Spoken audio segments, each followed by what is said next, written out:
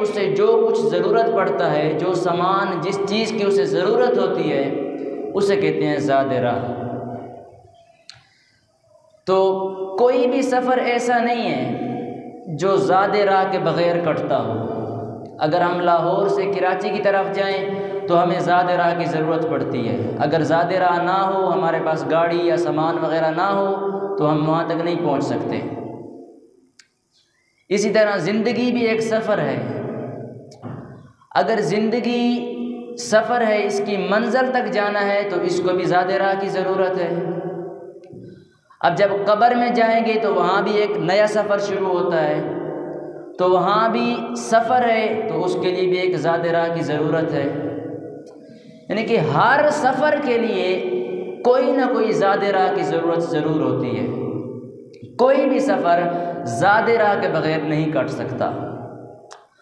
अब हमारे यहाँ लोगों ने मंज़िलें पूरी करने के लिए, मंज़िल तक पहुँचने के लिए अपना अपना एक ज़ाद राह इख्तियार किया हुआ है।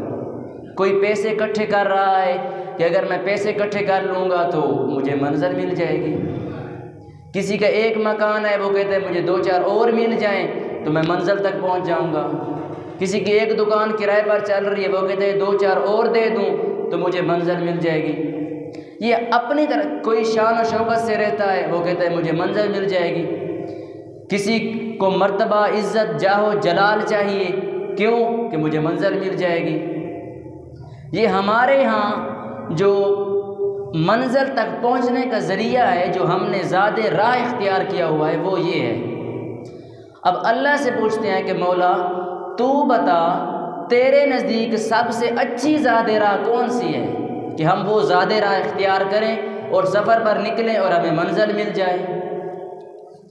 इसी बात का जवाब अल्लाह कुरान में देता है। अल्लाह फरमाता है वतज़व्वदू फ़इन्न खैरज़्ज़ादि तक़वा, और ज़ाद राह इख्तियार करो। भाई ज़ाद राह क्या है? अल्लाह फरमाता है फ़इन्न खैरज़्ज़ादि तक़वा, सबसे बेहतरीन ज़ाद राह जो है वो तक़वा है।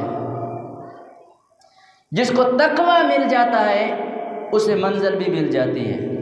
दौलत के आने से, पैसे के आने से, फैक्ट्रियाँ, बंगले, इन चीज़ों से मंज़िल मिले या ना मिले इसका कोई इतबार नहीं है। लेकिन जिसके पास तक़वा होता है, दौलत तक़वा जिसको मिल जाती है, अल्लाह उसे मंज़िल दे ही देता है।